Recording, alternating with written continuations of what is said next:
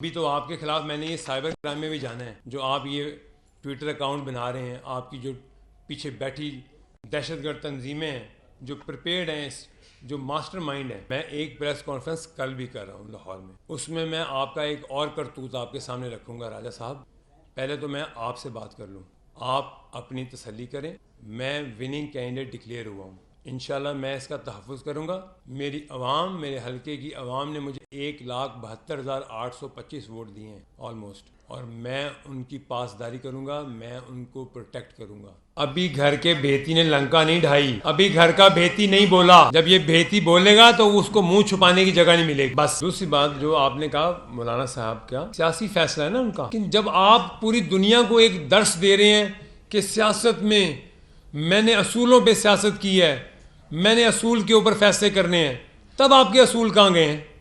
मैं एग्री करता हूँ आपकी बात को। हम साथ खड़े होते थे, हम साथ खड़े होते थे पाकिस्तान के लिए, ज़ात के लिए नहीं खड़े होते थे। यहाँ पे आप किसी की जो किरदार कशी करते हैं, क्या आपने आज तक मुझे देखा है कभी किसी की किरदार कशी करते हुए? मेरी कोई एक ट्वीट बता दें इनकी कभी ज़ात के ऊपर। मैंने एक स्टेटमेंट दी है सिर्फ, मुझे अदालत ने बुलाया और मैंने जाके वहाँ सच भी बोला है, और मेरा अल्लाह गवाह है कि मैंने सच बोला है। और ये कह दें अगर सच नहीं है तो मुझे यहाँ आप जो अभी तो आपके खिलाफ मैंने ये साइबर क्राइम में भी जाना है। जो आप ये ट्विटर अकाउंट बना रहे हैं, आपकी जो पीछे बैठी दहशतगर्द तंजीमें हैं, जो प्रिपेयर्ड हैं, जो मास्टरमाइंड है। मुझे दो बातें आपसे और करनी है। मैं एक प्रेस कॉन्फ्रेंस कल भी कर रहा हूँ लाहौर में, उसमें मैं आपका एक और करतूत आपके सामने रखूँगा। राजा साहब, पहले तो मैं आपसे बात कर लूँ, आप अपनी तसल्ली करें। मैं विनिंग कैंडिडेट डिक्लेयर हुआ हूँ। इंशाल्लाह मैं इसका तहफ़्फ़ुज़ करूँगा। मेरी आवाम, मेरे हलके की आवाम ने मुझे 1,72,825 वोट दिए हैं ऑलमोस्ट, और मैं उनकी पासदारी करूँगा, मैं उनको प्रोटेक्ट करूँगा। मैं ये आपकी गुंडागर्दी नहीं चलने दूंगा यहाँ पे। आप लोग अगर हम पाकिस्तान का सोचते हैं, पाकिस्तान को स्टेबलाइज करने का सोचते हैं, आप अपनी ज़ात से निकलें और आप लोग भी ये सोचें। कभी कहीं कोई फितना फैलाते हैं आप, कभी कहीं कोई फितना फैलाते हैं आप। जो फॉर्म 45 हम दें वो गलत है और जो आप दें वो सही है। आपका ये रोना धोना कहीं और नहीं चल सकता। और अभी इतला तो ये भी हैं कि जो KPK में आपने ऑर्गेनाइज्ड रैगिंग की है वो भी आपके सामने आएगी कुछ दिनों में। ROs और प्रिजाइडिंग ऑफिसर के साथ मिलके जो ऑर्गेनाइज्ड धांधली आपने की है अभी आपके सामने आनी है। आपने इस मुल्क के बच्चों को पाकिस्तान को डिस्टेबलाइज करने के लिए इस्तेमाल किया। 9 मई की दहशतगर्दी में आपने इस्तेमाल किया उनको। कभी पहले हमने नहीं सुना था पेट्रोल बम बनते हुए। मैं था 14, वो जो धरना था हमारा 126 रोज़ का, मैं था ऑर्गेनाइज़र उसका। कोई पेट्रोल बम बना, कोई पेट्रोल बम फेंका? ये राजा साहब जो जुमा 4 दिन आप आए हैं, ज़रा सुने आप भी। आप तब कहाँ थे धरने पे? आप वज़ीरिस्तान मार्च में थे जहाँ पे ये आपका सो कॉल्ड लीडर हमें ले गया था बॉर्डर तक। हम एक पीसफुल प्रोटेस्ट कर रहे थे, हम पाकिस्तान के लिए कर रहे थे। हमने एक 19 दिन अपने बनी गाला में बैठ के वहाँ पे आपके पीसफुल प्रोटेस्ट किया, हाउस अरेस्ट हुए। हमने तो एक गमला नहीं तोड़ा वहाँ पर। ये कौन से दहशतगर्द आपने तैयार कर लिए 9 मई को, जिनको पेट्रोल बम भी बनाना आता है, पुलिस वालों के साथ मुकाबला करना भी आता है, उनकी गाड़ियाँ चलानी भी आती हैं, इदारों को गालियाँ देनी भी आती हैं, डंडे चलाने भी आते हैं इदारों को, जिना हाउस पे हमला करना आता है, वहाँ जला के राख कर दिया वो जिना हाउस। हमारे बाकी शहरों में जो दिफाई इदारों के जो तनसीबात हैं उनको जलाना आता है आपको। आपका असल चेहरा मैं जानता हूँ। ये काम कहाँ से आपने शुरू किया ये मैं जानता हूँ। आज मुझे मजबूर किया आपने यहाँ बैठकर बताने के लिए अपनी कौम को। ये मेरी आज पहली प्रेस कॉन्फ्रेंस है, लेकिन जब मेरे मुल्क, मेरी कौम की बात आएगी तो मैं आपका असल चेहरा इस कौम के एक एक बच्चे को दिखाऊंगा। मैं इसलिए दिखाऊंगा कि मैंने यहाँ रहना है, मेरे बच्चों ने यहाँ रहना है, मेरे मुल्क के बच्चों ने यहाँ रहना है। हमने इस मुल्क का दिफा करना है। हमने अपनी ज़ात के लिए नहीं, हमने जादू टूने के साथ फैसले नहीं कराने इस मुल्क के, ख्वाबों के ऊपर फैसले नहीं कराने इस मुल्क के। मैं गया हूँ अदालत आपके ख़िलाफ़, आप साबित कर दें, आप हल्फ उठा दें कुरान पे कि मैंने कोई एक झूठ बोला है आपके ख़िलाफ़ अदालत में। मेरी आपके साथ कोई ज़ाती लड़ाई नहीं है। मैंने आपको बाप, लीडर से बढ़कर दर्जा दिया था। क्यों? आप मेरे रिश्तेदार नहीं थे, आप इस मुल्क के लिए काम कर रहे थे। अगर मुझे लालच होता, आप प्राइम मिनिस्टर थे, मैंने आपकी प्राइम मिनिस्टर को ठोकर मारकर तरीन साहब के साथ खड़े होने का फैसला किया। आप उनके ऊपर झूठे पर्चे करवा रहे थे। अल्लाह ने उनको सुरखरू किया, उनकी बच्चियों के ऊपर आपने पर्चे करवाए। आपकी इंतकाम की सियासत, आपका तकब्बुर और आपकी ज़ात आपको लेके बैठी है। आपको, आपकी अपनी ज़ात ने आपको यहाँ तक पहुँचाया है। इन बच्चों को आपने वर्ग लाया है। इंशाल्लाह मैं आपको आपके अंजाम तक पहुँचाऊँगा।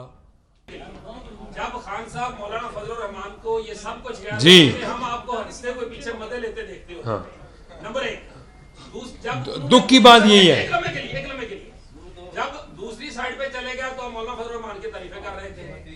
जहां आप इमरान खान के घर के बेदी लंका ढाई वाली चीज है, तो वो मौलाना फजलुर रहमान भी उनके घर की बेदी लंका ढाई वाली बात है। एक लम्हे के लिए जनरल फयाज और जनरल बाजवा के बारे में जो उन्होंने कहा है, अब तो वो बात साबित होगी ना कि वो जो क्लेम करते थे कि ये साइफर जो था वो जनरल बाजवा को आया था और ये सब कुछ हुआ था। क्या आप मुतालबा करेंगे कि इसके ऊपर तहकीकात की जाए ताकि एक ही मर्तबा ये क्लैरिटी आ जाए कि सच कौन बोल रहा है, क्योंकि ये आपके घर के मामला। पहली बात तो आपका ये जवाब दूं, अभी घर के बेती ने लंका नहीं ढाई, अभी घर का बेती नहीं बोला। जब ये बेती बोलेगा तो उसको मुंह छुपाने की जगह नहीं मिलेगी। बस इज्जत देखें। दूसरी बात आपकी, सॉरी, दूसरी बात जो आपने कहा मौलाना साहब का, ये सियासी फैसला है ना उनका। लेकिन जब आप पूरी दुनिया को एक दर्स दे रहे हैं कि सियासत में मैंने असूलों पे सियासत की है, मैंने असूल के ऊपर फैसले करने हैं, तब आपके असूल कहाँ गए हैं?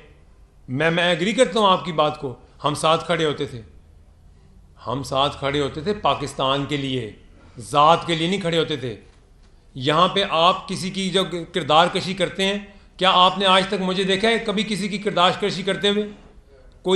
मेरी कोई एक ट्वीट बता दें इनकी कभी ज़ात के ऊपर। मैंने एक स्टेटमेंट दी है सिर्फ, मुझे अदालत ने बुलाया और मैंने जाके वहाँ सच भी बोला है, और मेरा अल्लाह गवाह है कि मैंने सच बोला है। और ये कह दें अगर सच नहीं है तो मुझे यहाँ आप जो भी बयान दिया है उसके ऊपर होना चाहिए, जो भी।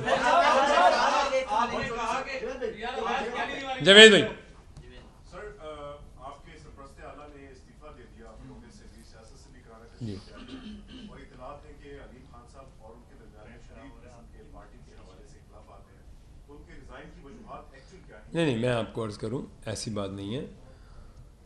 जहांगीर तरीन साहब की बड़ी खिदमत हैं पाकिस्तान के लिए भी, और पीटीआई के लिए भी बहुत उन्होंने मेहनत की थी। आप इस चीज़ के गवाह हैं सारे। आपको पता है कि हर वक्त वो सेक्रेटरी जनरल थे पार्टी के, और उन्होंने बड़े बड़े जज्बे से, बड़े पैशन से काम किया। वो बीमार हो गए, वो उस वक्त भी पाकिस्तान के लिए काम कर रहे थे, और हुकूमत बनी पीटीआई की तब भी काम करते रहे। लेकिन जब इनसे अलहदा हुए तो उन्होंने अपने आप को समझा कि मैं अब सियासत से अलहदा हो जाऊँ। हम लोगों ने जाकर, हमारी पार्टी के जो नई हमने पार्टी बनाई, हम लोगों ने उनको कन्विंस किया कि प्लीज़ आप अपना एक रोल प्ले करें पाकिस्तान के लिए। ये जो उन्होंने सियासत से दस्तबरदारी का फ़ैसला है, उनका अपना ज़ाती फ़ैसला है। इसमें कतन कोई ऐसी बात नहीं कि उनके और अलीम खान साहब के। अलीम खान साहब उनको आज भी अपना बड़ा भाई कहते हैं। ये ताल्लुक़ जो होते हैं ये ऐसे ख़त्म नहीं होते। मेरा अलीम खान साहब का 25 साल का ताल्लुक़ है, लेकिन वो मेरी पार्टी के प्रेसिडेंट हैं। तरीन साहब मेरी पार्टी के चेयरमैन थे, और ये आगे जो भी पार्टी फ़ैसला करेगी, जो पार्टी तो चलानी है, जो ये फ़ैसला उनका अपना ज़ाती फ़ैसला है। इसमें मैं अपनी राय ये दे सकता हूँ कि उन्होंने अपना फैसला अपना सोच समझ के किया है, और मेरे ख्याल से जहाँ तक भी उनको जहाँ पाकिस्तान के लिए उनको अपना रोल अदा करना पड़ेगा वो ज़रूर अदा करेंगे, वो बिल्कुल पीछे नहीं रहेंगे इंशाल्लाह।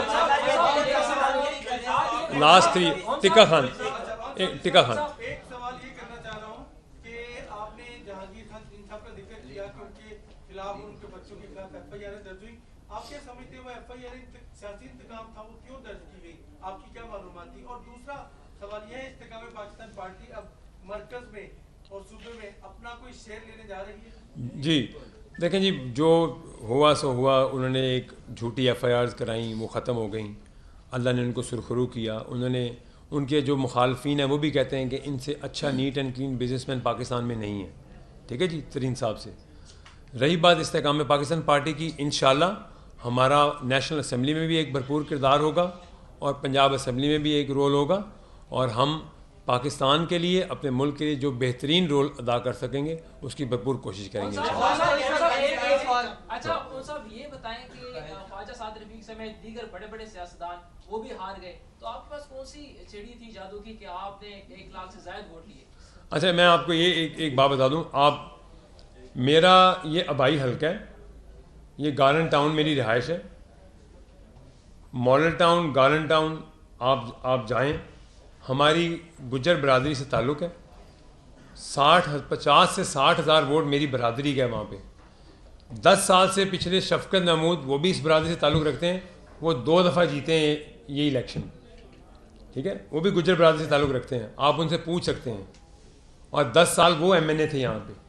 तो यहाँ पे बरादरी हमारी का बड़ा एक बड़ा इन्फ्लुएंस है, उनका बड़ा एक रोल है, और मुझे अगर मेरी बरादरी ने एक्सेप्ट किया है, मेरे हलके ने, मैं वहाँ से, वो मेरा आबाई हलका है, मेरा चचा वहाँ से नाजिम था यूनियन काउंसिल का, वो यहाँ से 85 में MPA का इलेक्शन लड़े हैं, वो मेरे भाई यहाँ से नाजिम रहे हैं, तो ये तो मेरे आबाई हलका था, इनको तो भाई साहब को कोई जानता भी नहीं था वहाँ पे।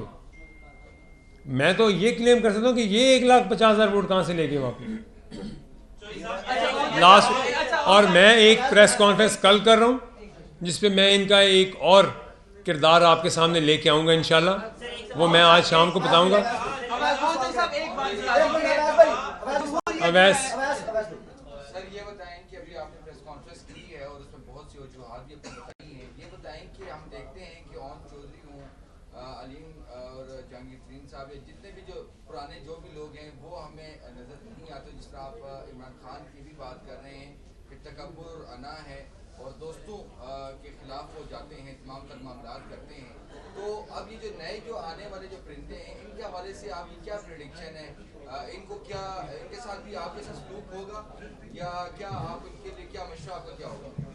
देखें, ये मैं इस पर क्या कह सकता हूँ, लेकिन ये है कि जो भी करें पाकिस्तान को, पाकिस्तान के फ्यूचर के लिए, पाकिस्तान की बेहतरी के लिए जो भी करना पड़े सबको मिल के फैसले करने चाहिए। जमहूरियत जो है वो अवाम से है। आपने कहा कि बानी पीटीआई का जो इस वक्त हाल है वो उनके अपने गरूर तकब्बुर या उनकी अपनी जो पॉलिसीज थी उसके बायस है, लेकिन दूसरी जानिब अवाम ने उनको वाज़ेह मैंडेट दिया, जमहूरियत होती है अवाम से है। तो आप क्या समझते हैं कि अवाम ने फिर उसकी तईद क्यों की अगर वो अपने अंजाम को पहुंचे, जब अवाम क्यों अभी तक उनके साथ? और मैं इसके साथ ज़िम्मेदारी है, आप क्या, आप जैसे बता रहे हैं कि आप असलियत खोलेंगे, क्या आप बताएंगे कि 3.5 पौने 4 साल जो इक़्तिदार है पानी चेयरमैन का, क्या वो कितने फैज़याब हुए, क्या इस पे आप उठाएंगे? देखें, अभी तो मैं आखिर में ये कहूँगा, हमें इल्ज़ामात की सियासत से निकलना चाहिए, हमें पाकिस्तान के लिए सोचना चाहिए। पाकिस्तान जिन हालात से गुज़र रहा है, सबको मिल बैठकर पाकिस्तान के लिए, पाकिस्तान के मुआशी हालात की बेहतरी के लिए सोचना चाहिए, और अगर ये सब हम बैठ कर सोचें तो इंशाल्लाह पाकिस्तान तरक्की भी करेगा और आगे भी जाएगा। बहुत शुक्रिया।